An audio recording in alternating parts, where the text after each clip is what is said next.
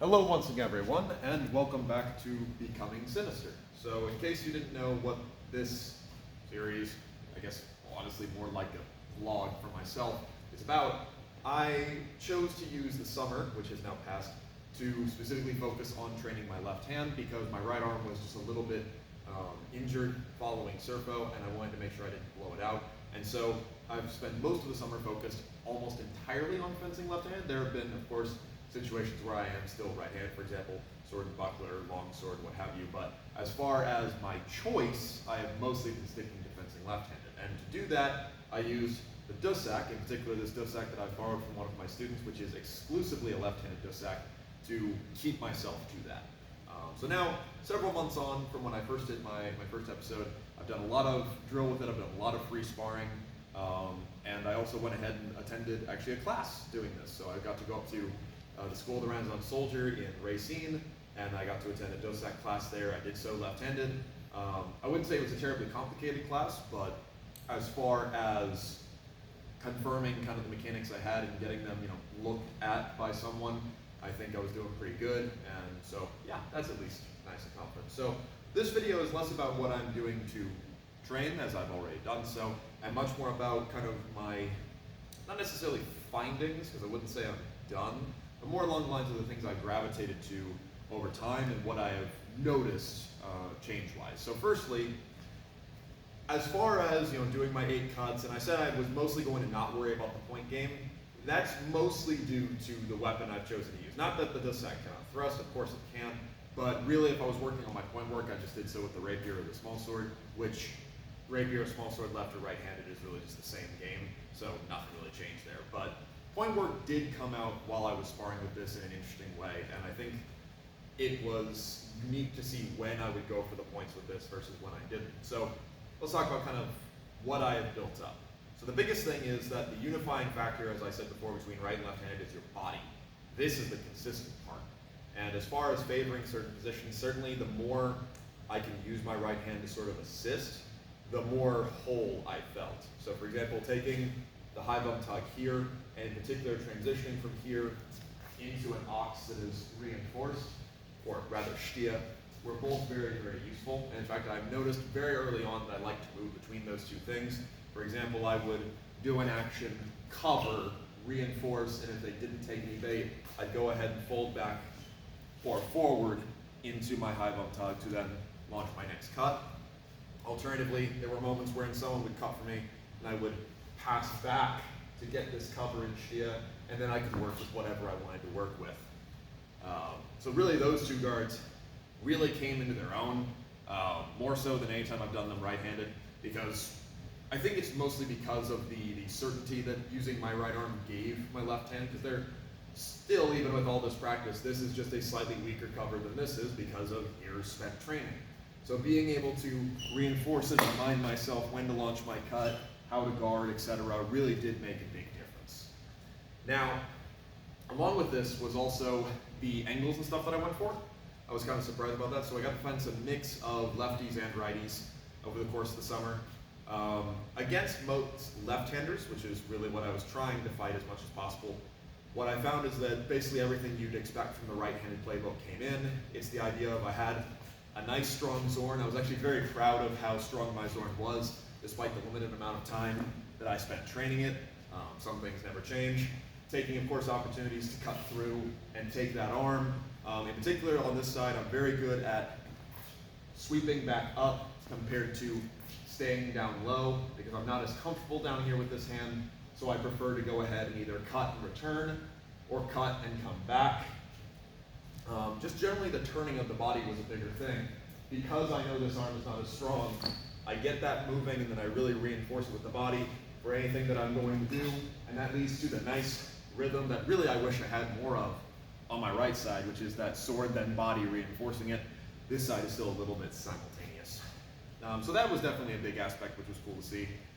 Moving under my covers, etc. And in general, just picking my shot. This is not a light sword.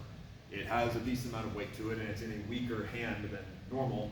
So having to stretch out my tempo and take my time made a big difference. Now, in regards to fighting righties, that's where the narrow playbook that I kind of mentioned in episode 1 came up. And I guess this is also kind of an unofficial guide of, hey, if you are ever fencing against right-handed or left-handed people and you are the opposite hand, here's how you win. The big thing about a lefty versus righty fight is all about having the smaller playbook and mastery over that playbook. So a left-handed fencer gets to generally train against more right-handed fencers than a right-hander does against left-handers, right? And that's what leads to a lot of really good lefty fencers emerging, because they have to learn a very small tool set and they get to apply it every single time. Versus as a right-hander, you have to learn the lefty tool set and you only get to apply it some of the time, depending upon your school population. I was trained by lefties with a lot of lefties in the school, so I kind of lucked out there. But basically, it all boils down to control over the outside to inside line. If you can get this sort of actions, wherein you have duped your opponent into coming forward, either into extension, or if they're really dumb, cutting from their offside, you always win by default, because your interior is always going to be stronger. Now on the flip side of that is also, when you make your covers against their incoming defenses or whatever, you should always favor going into them instead of going away from them. So for example, if you will mirror with me if you are right of hand, if you're left hand, well, you're kind of SOL out here, but if your dominant side cut is coming toward me, by preference, using some Dussack style motions, I could step out, which against a righty fight would give me a lot of distance, and then I can come around with my quick, relatively powerful offside cut. The problem is, against a righty, that's putting me into your quick, powerful offside cut, and you will be able to launch it before I will. That's not a very good trade. Instead, if I take the time to focus on going into what is coming forward, that sets me back up for my more powerful, longer reaching shot. Most fencers are not all that good at guarding on their dominant side. This is true just by default, and if you want to see more about that, I did a whole video about it called, the value of your outside guard. That's what this works on. If I can work toward my dominant, in this case with left-handed, dominant side, I get to pick you apart however I want against your weakest cover that you don't practice all that much. That's it. That's the whole thing. If something comes in, cover into it, there's your shot. If you are the one going in, fight from the outside in. If they mess with it, then you get your non-dominant shot, and all the principles I just talked about are still present. Really nothing complicated. There are some small alterations depending upon the weapon, little things that you can do. In particular, reserving your back foot as a left-hander really can make a huge, or against a left-hander, can make a huge difference in how much you commit because of all that play I just talked about. Once you put the leg forward though, that's it, dedicated. And so, of course, when I was fencing against right-handers, I absolutely exploited the heck out of this constantly. This I used to get almost any one-handed sword I could find. Mostly I ended up fighting messers, a couple back swords, things like that. And that also did have an effect because being in between the styles almost of the main things I fought was unique. On the one hand, fighting against a messer, I feel like I've got a messer plus. There are certain things I can't do as well. For example, because of the thumb ring, I really can't do Entrustile on my, in this case, left dominant side. I can do short edge, and I can certainly get a great squinter, but beyond that, not really all that great. And I didn't really want to use the false edge as much, is because if there's one thing I'm still not good at, and I wouldn't even say great, I'd say good at, is using the false edge with this so far. Part of that may be because of the thumb ring, but the other part of it is just I am not used to it yet. And so fighting against a messer, it was mostly that I had just more sure, true edge actions, then I could turn over for windings and points and things along those lines, and I have a bigger novel. Against the back swords, meanwhile, those are guys who are fighting linearly, and in particular they're fighting linearly right-handed, which means that the handedness game doesn't play as quite as big of a deal. Against a messer or something along those lines, everything I just discussed really matters. Against someone who is doing, backsword or saber or anything along those lines, that doesn't matter very much anymore. Because since they're keeping themselves relatively profiled, sure, there are some small aspects in regards to how their cut properties and guard properties exist, but the way they have been trained, their outside guard is by default the stronger one, because that's the one they use the most, since it's the weaker one. And so most of the tricks I just discussed don't really work. What does work, however, is really playing into the movement of the body instead of the movement of the sword. If I try to play their game, and I did, I would fence backsword or saber style with this, and it worked fine. But the more I would work from that for a moment, drop back, load, and then employ it, the more results I got, because that would force them into less ideal covers for their style of fighting, and then I could get more things off of it. However, having said that, their control over distance was something I'd be really wary about, because always being loaded being linear, that was a little bit scarier. And in general, if there's one thing that I would say that fight gave me appreciation for, it is the blending of symmetry and linear style of fencing. And I think there's a sense of completeness there, which is kind of fun to experience.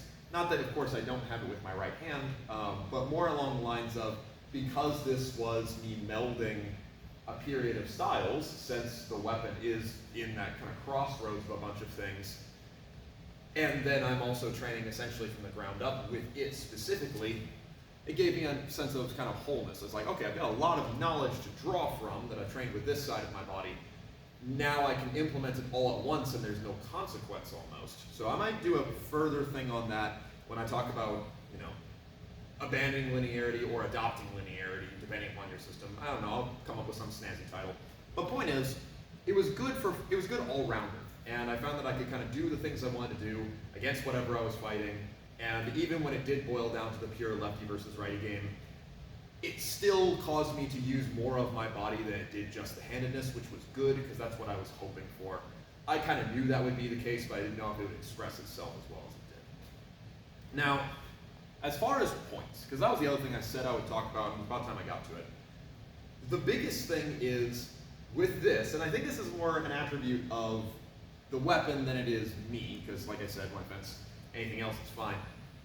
Because of the very curved nature of this sword, and I mean really, really curved, like to get the tip on center, my hand has to be much higher in a shia than it normally would be, and also because of how I will have to turn into them to get those curves, I really only resorted to two things when it came to my points. The first was turning around a la Raworth's saber, which would be the idea of I cut, there is a parry that is kind of here on the curve, a little deeper than that, still acceptable, but kind of right where the straightness of blade goes away, and then in that moment turning into an outside winding to get a point in. That one, as if I were being right-handed, I would go ahead and pass up with it, as I've talked about in longsword or master things before. With this, because I was less confident about what I could do afterwards, I went ahead and always did those with a lunge or something more linear, because then I could snap back out quicker. Just a little opportunity, and that really worked out very well, the patience there. The other thing that I would do is I would reinforce into that ox I talked about before. Well, shtia, because this is Dussack. Essentially, what would happen is there would be moments where I would guard here, either moving forward or backward, and I'd catch. And I could see the opponent pull away from me. Lefty or righty, didn't really matter. And it was that exact moment when it was best for me to go ahead and put all my chips forward. That thrust I landed probably more than any other thrust. In fact, I would say within the short time of the summer, it went ahead and went up into one of the more common thrusts I was landing, period. And I think it's because of the certainty of, I'm in a good place, they're making a gap, push forward, a la Nachreisen, in, and in theory, if they had dealt with it in any way, shape, or form that had stopped this point from landing, I had my entire dominant side playbook set up and ready to go.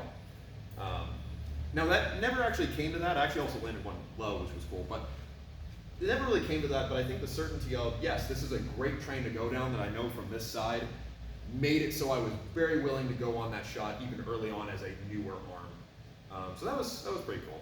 Now, one other thing that I forgot to mention is grapples. I avoid grapples as much as possible with this, because not because it isn't part of it, but just because that wasn't what I was looking for. The second we get into a pure grapple, it's just a wrestling match. But a couple of hilarious things did occur that I think are worth mentioning. The way I would and this also came out during Surfo, so if you want to see footage of this, check out the rapier pools. This hand has no mercy, and this hand is a little bit too good at its job. So what I mean by that is, at one point during my Surfo rapier pools, my last fight of my pool, I did end up having to switch hands, and I was really just trying to bleed for time, but I mismanaged my range distance, and what happened is, I had a thrust come in low, which I parried, and a thrust come in high, which I parried, and this was a very desperate parry, and then a thrust come in low again. Now, what I should have done and could have done with my right hand was to worry about defending against it first. What I did with my left hand, because the opening was there, was to void and cut, and I cut the guy right on the top of the head. Problem was, I was in the conventional rapier tournament, no cuts allowed. So, no injury or anything like that, but I did get my first yellow card, which, totally get it. It is one of those, though, where it's like, good if I were under any other rule set. Not good because this has no tact, it has no mercy. It can't do it will by default go to what has been trained the most, which because of doing, especially backsword right and left-handed, I'm used to slipping and cutting the legs, cutting the head rather. And so that fired out when I didn't want it to, which is interesting. It was a good quality cut too. But point is, that is a unique aspect that I have seen come up more. Things kind of like ghosts, right? Little ghosts in the machine of my righty playbook that this hand understands well. It's like, okay, this is a simple thing. It will fire and it doesn't have the tact to diversify unless I'm actively thinking about it. So I have reactions. It's just a question of whether or not I want to use them. The second thing in regards to the hand is I ended up in a couple grapples wherein to effect my next action, I would need to employ the right hand push. What I had not realized was just the strength difference in that entering. Now, not in regards to like physical strength, sure there is some asymmetry because of one arm being more trained than the other, but more in regards to when this is gonna feel weird, but when I push with the left, it's strong, it does its job, and I know exactly where to go, but it's a stopgap. It's going, the left comes out so that the right can do something. When I go the other way, the right, when it goes forward, is used to being the thing that does the fighting. So this became a lot stronger, and I found myself actually knocking someone off their feet with just essentially a push. And I don't think, part of it was due to just the situation, but that was mostly just this fired with the expectation of being a sword, which when it was employed in a grapple was very effective, which I think is more just indicative of not necessarily training your left hand to be a sword hand, but rather training your left side to still act just as powerfully, which is why, when you're throwing stones or whatever you do, you should focus on that extension just as much with the offhand as you do the dominant hand, which, again, I will actually probably talk about in another thing sometime soon. But, point being, that was hilarious, and I was like, oh, okay, that's a thing. No mercy, a little bit too strong. Good to know. Which, again, kind of benefited me, because there were times when it's like, yeah, this just sticking to the simple stuff, the stuff that it's trained the most, the stuff that it knows it can do, and this being able to back it up if something goes wrong was really nice, and really just more of shows me what I already knew, which is your hands do two different jobs, even if you only got one on the sword, and they should be able to do their job well, and the more symmetrical you can make yourself through just training, whether or not you fence with both hands, whatever, right? The more symmetrical you can make those through just training, the more of a complete fencer you can be, the more of a certain fencer you can be in your actions, and just the more benefit you get in understanding of this thing we do called fencing. But either way, a very talky, rambly video. If you found this interesting, good for you sticking around, buddy. I don't know where I'll go from here in regards to, in regards to just continuing defense left hand. I'm going to keep using this because this is a lot of fun until Jacob asks for it back, but I think I've got at least till New Year. But for the most part, really, there's not anything I want to really work on except for now trying to add more complicated pieces in. So for example, I have been practicing being able to fire short edge cuts or more complicated styles of combos and things like that. And in general, I'm training relatively symmetrical. Like that'll be nice when I know I'm just going to hop in for a class because we need to even up the numbers, and I'll do it mostly left-handed. So there is a base level of training that's going on. As far as focus, I think what my left-hand focus is going to be is more toward utilizing it in things like polearms. I've got a huge armor year coming up ahead of me for 24, and I'm going to be talking about that and about polearms in general and handedness in a minute. But really, I think that's where it's going to go next, and that it will do nothing more than just benefit what I have built over the summer. So as kind of an unofficial, conclusion to this experiment, what would I say about using a summer to become Sinister? I think I achieved it. I think I got a long way to go. But as far as taking a weapon I don't normally use, with an arm that is, default trained but was not necessarily as good as it could be, and melding those two things together, I do think I accomplished my goal. And I think that it led to a good understanding. I also think that it led to an appreciation that I maybe didn't have before in this arm as kind of its own independent thing. Like now, it feels great to hold this with this hand. And that may sound weird, but it does literally make a difference. When I pick up any of my other swords, there's a certain comfort and familiarity. When I use my left hand on some of those swords, like, yeah, that is that comfort and familiarity. But I find almost my left hand misses the Dussack when it's holding something else.